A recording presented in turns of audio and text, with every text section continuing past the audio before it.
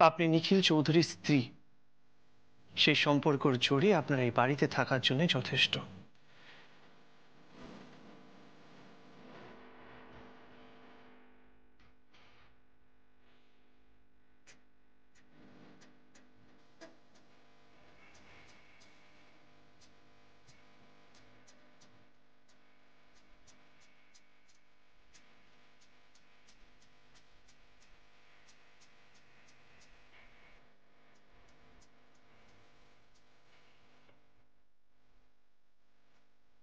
আপনি নিজের খেয়াল রাখবেন, ঠিকঠাক সময় খাবার খাবেন।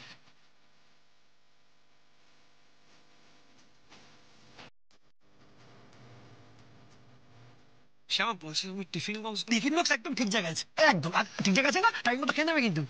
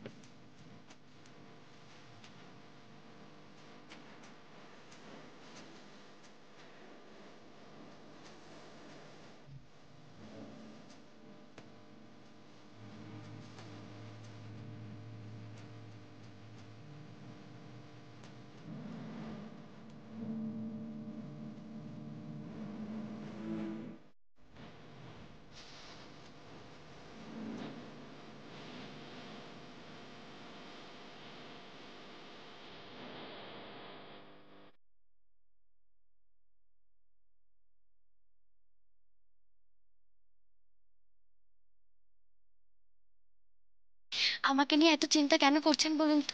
হ্যাঁ, আমি মানছি যে আমি একা একা গ্রামে যাচ্ছি, কিন্তু বাড়ির গাড়িতেই তো যাচ্ছি নাকি?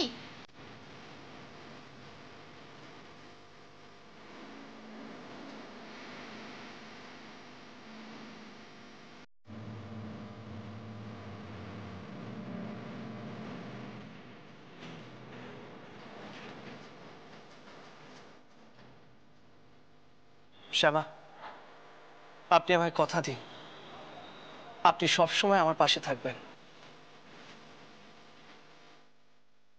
আচ্ছা বাবা, ঠিক আছে, সব আলো জ্বালাতে হবে না, দু একটা জ্বালিয়ে শোবে। এখনই অন্ধকারে থাকতে গেলে যদি আপনি আবার ভয় পেয়ে যান?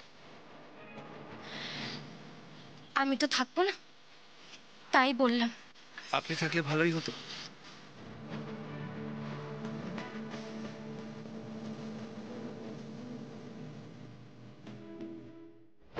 কি হলো মা? মেজ বৌদি ফোন করেছিল মনে হচ্ছে। কি বললো বলো না, কি বললো? বুঝলি রাধা, শ্যামা গ্রামের বাড়িতে আসছে, একা আসছে, একা। বুঝতে পারছিস? হ্যাঁ রে, আরে ওই সাধ না পার্বতী, তাই তাই দিশা ফোন করেছিল, বলল নিখিলও আসছে না, শ্যামা গ্রামের বাড়িতে আসছে আর 4-5টা দিন এখানে থাকবে একা। আরে বাবা, এটা তো দারুণ ব্যাপার। মা, একটা কথা শোনো, এমনিতেই তো শ্যামার বাপের বাড়িটা তোমার হাতে বন্ধক রয়েছে, আর এই অনুষ্ঠানের মধ্যে না পুরো বাড়িটাকে নিজের দখলে নিয়ে নাও। ঘর ধাক্কা দিয়ে ওর পুরো পরিবারের কোটা মেম্বারদের সবাইকে বের করে দাও, ওর মা বাবা ভাই সবাইকে। খুব সুখ না শ্যামার জীবনে, খুব সুখ। শ্যামার জীবনটাকে পুরো জ্বালিয়ে পুড়িয়ে ছাড়খাড় করে দাও। না রাধা, কি বলছিস তুই? এরকমটা হতে পারে না। না রাধা, এই খবরটা যদি বেরিয়ে পড়ে না যে আমরা শ্যামাকে বাড়ি থেকে বের করে দিচ্ছি, খবরটা রাষ্ট্র হয়ে যাবে। আরে তুই একটা কথা আমার বুঝতে পারছিস না, এই কথাটা জামাই দাদার কানে চলে যাবে। এরকমটা করা যাবে না রাধা, এরকমটা করা যাবে না। আমাকে আমাকে বুঝতে দিতে হবে। শ্যামা আসুক, শ্যামা এসে আমাকে বলুক শ্যামা কি চায়। যদি শ্যামা টাকাগুলো ফেরত দিতে চায়, ঠিক আছে, শ্যামা শোধ করবে। তো জামাই দাদা যদি মুখের উপর টাকাগুলো আমাকে ছুঁড়ে মারে, যদি শ্যামার দেনাটা জামাই দাদা শোধ করে দেয়, তাহলে তাহলে আমাদের কি লাভ হবে বলতে পারি? আমি লাভ লোকসান কিচ্ছু জানতে চাই না মা। তুমি কেন বুঝতে পারছো না যে আমি দিনের পর দিন শো ছেড়ে স্টেজ ছেড়ে এই পোড়া গ্রামের বাড়িতে বসে আছি, আমার দম বন্ধ হয়ে আসছে। আর তুমি একটা কথা কেন বুঝতে পারছো না যে আমি শ্যামার জীবনটা ধ্বংস করে দিতে চাই, শ্যামার জীবনটাকে পুরো শেষ করে দিতে চাই, যাতে শ্যামা আর কোনোদিনও উঠে দাঁড়াতে না পারে। শুধু শ্যামা নয়, ওই বসন্ত চৌধুরীর জীবনটাকেও আমি জ্বালিয়ে পুড়িয়ে শেষ করে দেব। যে আমার জীবন থেকে গান কেড়ে নিয়েছে তাকে আমি কিছুতেই সুখে শান্তিতে থাকতে দেব না। আমার জীবন থেকে সুখ কেড়ে নেবে, আমি বসন্ত চৌধুরীর জীবনেরও সমস্ত সুখ শান্তি কেড়ে নেব। কিছুতেই ওকে সুখে শান্তিতে থাকতে দেব না, কিছুতেই ওকে সুখে শান্তিতে থাকতে দেব না, কিছুতেই না, কিছুতেই না। আবার অমনি করছে না, আবার অমনি করছে। মাগো শান্ত হ। ও মা শান্ত হ। মা আমার কথা শোন, আমি তোকে কথা দিচ্ছি, এই যে শ্যামা আসছে না, আমি বদলা নিয়ে নেব, বিশেষ করে যে মেয়েটা আমার একটা মাত্র সন্তান, তাকে পাগল বানিয়ে দিচ্ছে। যে মেয়েটা আমার একটা মাত্র সন্তান, স্বপ্ন আশা আকাঙ্ক্ষা চুরমার করে দিচ্ছে। যে মেয়েটা আমার মেয়েটাকে অন্ধকারে ফেলে দিল, আমিও তার সুখ শান্তি চারকার করে দেবো। দাদা আমার কথা শোন মা, গো আমার কথা শোন মা, আমার উপর ভরসা রাখ মা গো, আমার উপর ভরসা রাখ। আমি সর্বনাশ করে দেবো, শ্যামার সর্বনাশ করে দেবো।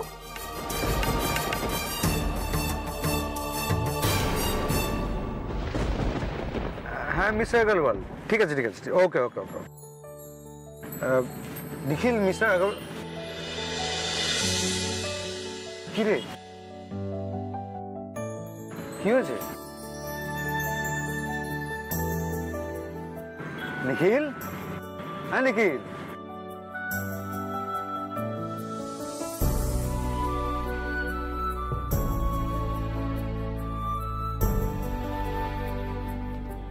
নিখিল, কি ভাবছিস এত? না কিছু ভাবছি না।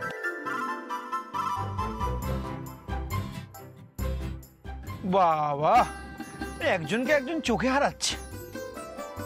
কি বুঝি সব বুঝি। তোরা না যাতা। আচ্ছা ঠিক আছে।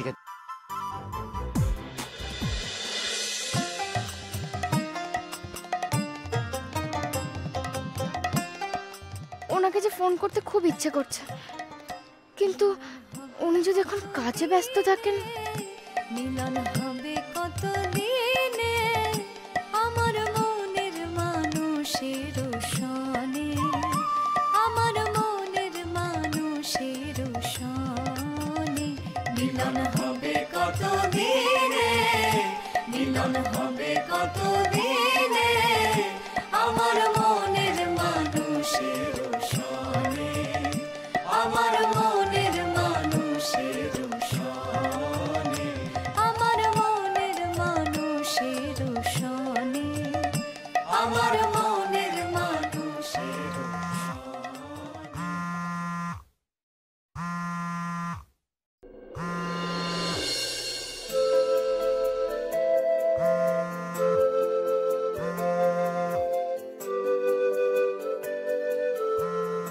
Excuse me.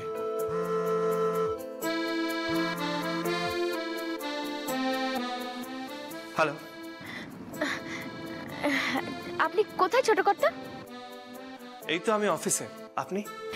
আমি এই রানাঘাট পেরোচ্ছি। আচ্ছা, বলছিলাম আপনি কিন্তু কিছু খেয়ে নেবেন। খালি পেটে একদম থাকবেন না। আর ড্রাইভার জোরে গাড়ি চালাচ্ছে না তো? না, গাড়ি আসতেই চলছে। ওকে। আর হ্যাঁ, সেখানে গাড়ি একদম থামাবেন না। গাড়ি থামাতে হলে দোকানের সামনে থামাবেন, কেমন? আচ্ছা বাবা, ঠিক আছে, আমাকে নিয়ে আপনি এত ভাববেন না। আপনি ঠিক যেভাবে যেভাবে আমাকে বলে দিয়েছিলেন আমার সব কিছু মনে আছে। আর বলছি যে সকাল থেকে আপনি কিছু খেয়েছেন? হ্যাঁ, আমি খেয়ে নিয়েছি। শুনুন, দুপুরে খেতে কিন্তু বেশি দেরি করবেন না, কেমন? হ্যাঁ হ্যাঁ, আমি টাইমলি খেয়ে নেবো, টেনশন নিতে হবে না। আর শুনুন, ওখানে পৌঁছে কিন্তু আমাকে ফোন করে দেবেন, ঠিক আছে? আচ্ছা।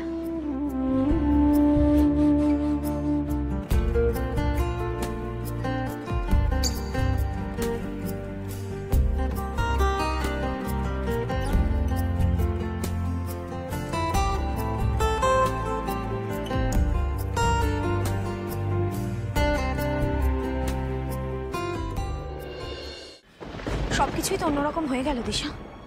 জবের থেকে নিখিল অন্ধকারের ভয়টা কাটিয়েছে, এবারে সিচুয়েশনটাই পাল্টে গেছে। এই তো যখন আসছিলাম শুনলাম যে তোর শাশুড়ি মা তোর বড় যাকে বলছেন যেহেতু নিখিলের অন্ধকারের ভয়টা কাটানোর জন্য শ্যামা অনেকটা হেল্প করেছে, তাই শ্যামার উপর নাকি ওনার একটা অদ্ভুত মায়া পড়ে গেছে। হ্যাঁ রে, উনি তো বলছিলেন যেহেতু নিখিলের জন্য শ্যামা এত কিছু করেছে, ওনার নাকি শ্যামার উপর থেকে সমস্ত রাগই মিটে গেছে। মা নিজের মুখে কথা বলেছে? হ্যাঁ বলছিলেন তো, আমি নিজে শুনেছি। বলেছে তো বলেছে, ছাড় তো, ওসব নিয়ে ভাবিস না। মার আবার শ্যামার উপর রাগ চাগার দিতে বেশি টাইম লাগবে না। একটা কিছু তো করতেই হবে। কি করে দিশা, কি করব আমরা? শ্যামা তো নিজেই গিয়ে গ্রামে বসে আছে, আমরা দুজনে তো আর গ্রামে যেতে পারবো না। আরে আমরা যেতে পারবো না তো কি হয়েছে? ওখানে তো মাসিমণিরা আছে।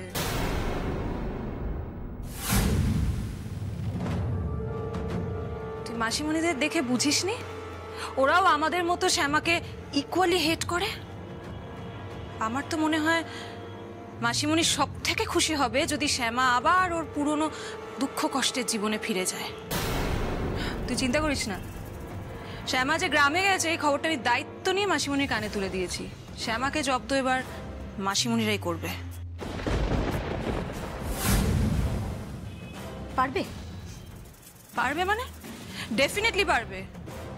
রাধারানী আর মাসিমণির অ্যাটিটিউড দেখেই তো বোঝা যায় ওরা শ্যামাকে কতটা ঘেন্না করে, কতটা শ্যামার ক্ষতি চায়। আর আমার এখনো খুব স্ট্রংলি মনে হয় যে রাধারানীর গান গাওয়া বা গান ছেড়ে দেওয়ার সঙ্গে শ্যামার ডেফিনেটলি একটা ইনভলভমেন্ট আছে, কিন্তু শ্যামা যে এক্স্যাক্টলি কীভাবে ইনভলভ পুরো জিনিসটার সঙ্গে আমি সেটাই কিছুতেই ধরতে পারছি না।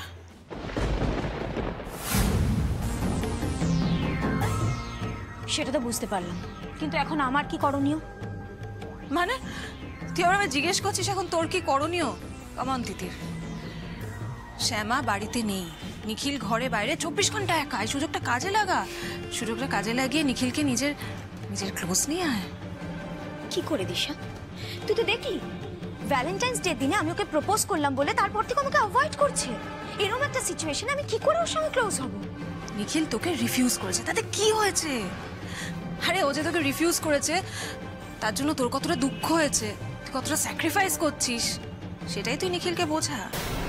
ভুলে যাস না তিতির, মেয়েদের আত্মত্যাগ ছেলেরা কিন্তু খুব পছন্দ করে।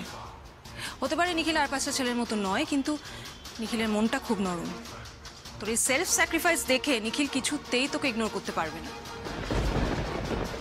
একটা কাজ করি চল, নিখিল তো আর কিছুক্ষণ পরে অফিস থেকে ফিরে আসবে, নিখিলকে নিয়ে চল আজ আমি আর তুই বেরোই, লেটস পার্টি। পার্টি? তোর মনে হয় আমার আর তোর সাথেও পার্টি করতে যাবে? নিয়ে যেতে হবে।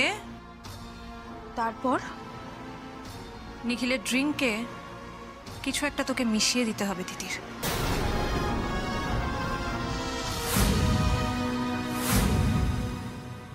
এমন একটা কিছু যেটা খেলে নিখিল আর নিজের মধ্যে থাকবে না। সেই সুযোগটা কাজে লাগিয়েই নিখিলের সঙ্গে তুই ক্লোজ হবি তিতির। সেন্সে আসার পর দেখবি নিখিল তোকে আর রিফিউজ করতে পারবে না। তুইও তখন সবার সামনে জোর গলায় বলতে পারবি যে নিখিল তোমার তো বউ আছে, তা সত্ত্বেও তুমি আমার সঙ্গে এটা কি করলে নিখিল? নিখিল চৌধুরীকে পেতে গেলে একটু তো মাথা খাটাতেই হবে তিতির।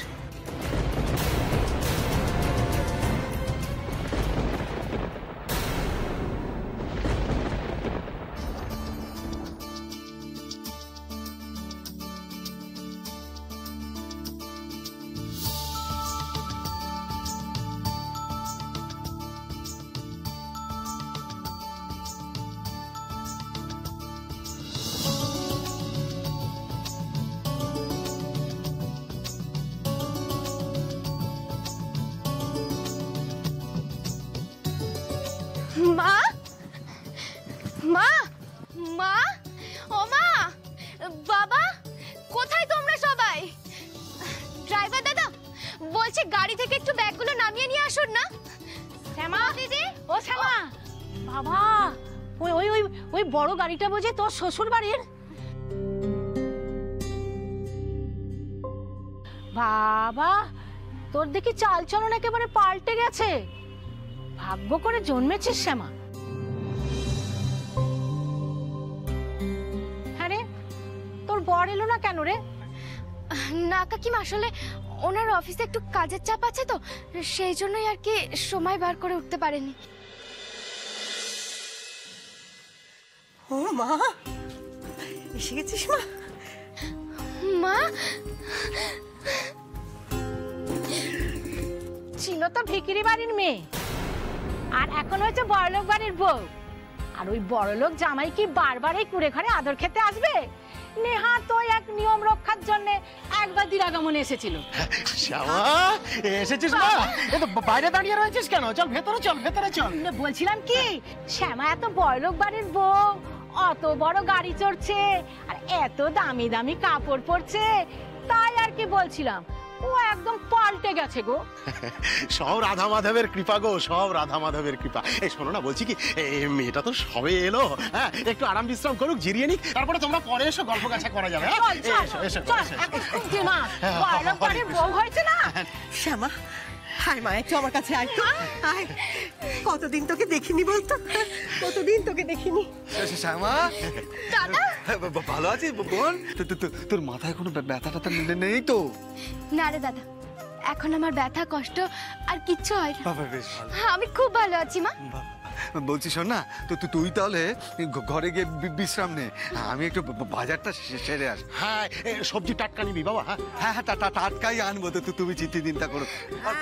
নেবে গো নেবে, অত চিন্তা করো না তো। বৌদি এই ব্যাগটা রাখলাম, হ্যাঁ এখানে রেখে দাও। আর কিছু করতে হবে ছোট বৌদি? না আর কিছু করতে হবে না, এবার আপনি সাবধানে বাড়ি ফিরে যান। আচ্ছা। হরে কৃষ্ণ হরে কৃষ্ণ। তুই কি বলছিস বলতো দিশা, আমি কিচ্ছু বুঝতে পারছি না। যা বলছি তোর ভালোর জন্য বলছি তিতির, গ্রো আপ। একটা কোনো অসতর্ক মুহূর্তে যদি তুই নিখিলের একটু ইন্টিমেট হতে পারিস, আমি তোকে গ্যারান্টি দিয়ে বলছি তিতির, নিজের থেকে নিখিল তোকে কোনো দিনও আলাদা করবে না, করতে পারবে না। না না দিশা, নিখিল যথেষ্ট স্ট্রং পার্সোনালিটির মানুষ, তোর মনে হয় এত সহজে ও এইসব? ফিরতে দে আজ নিখিলকে অফিস থেকে, তারপর দেখছি কি করা যায়।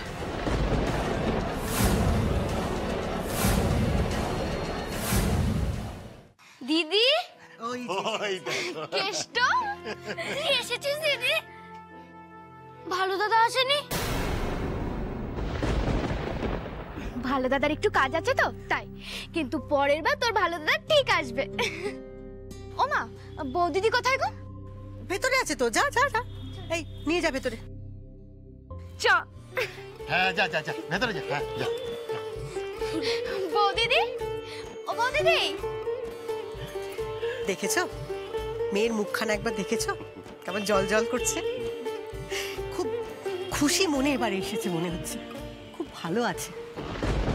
মা তো ঠিক বুঝতে পারি, জামাই বাবা যে আসেনি তো কি হয়েছে, ওর কাজের জন্য আসতে পারে। কাজের জন্য, কাজের জন্য। হ্যাঁ গো, অমন দেবতুল্য মানুষ আমার মেয়েটাকে কষ্টে রাখবে না, কি বলো? আমি তোমায় কি বলতাম বিষ্ণুপ্রিয়া, কি বলতাম আমি তোমায়, ভাগ্য করে অমন জামাই পাওয়া যায় গো। তুমি বড় ভাগ্যবতী বিষ্ণুপ্রিয়া, ভাগ্যবতী। নিখিল তো স্বয়ং দেবতা, দেবতা। রাধে রাধে রাধে রাধে। তোমাদের তো ভালোই চলছে কৃষ্ণচরণ। আর দেখো কাণ্ড দেখো, তোমাদের ভালো করতে গিয়ে আমাদের মা মেয়ের কত বড় সর্বনাশ হয়ে গেল।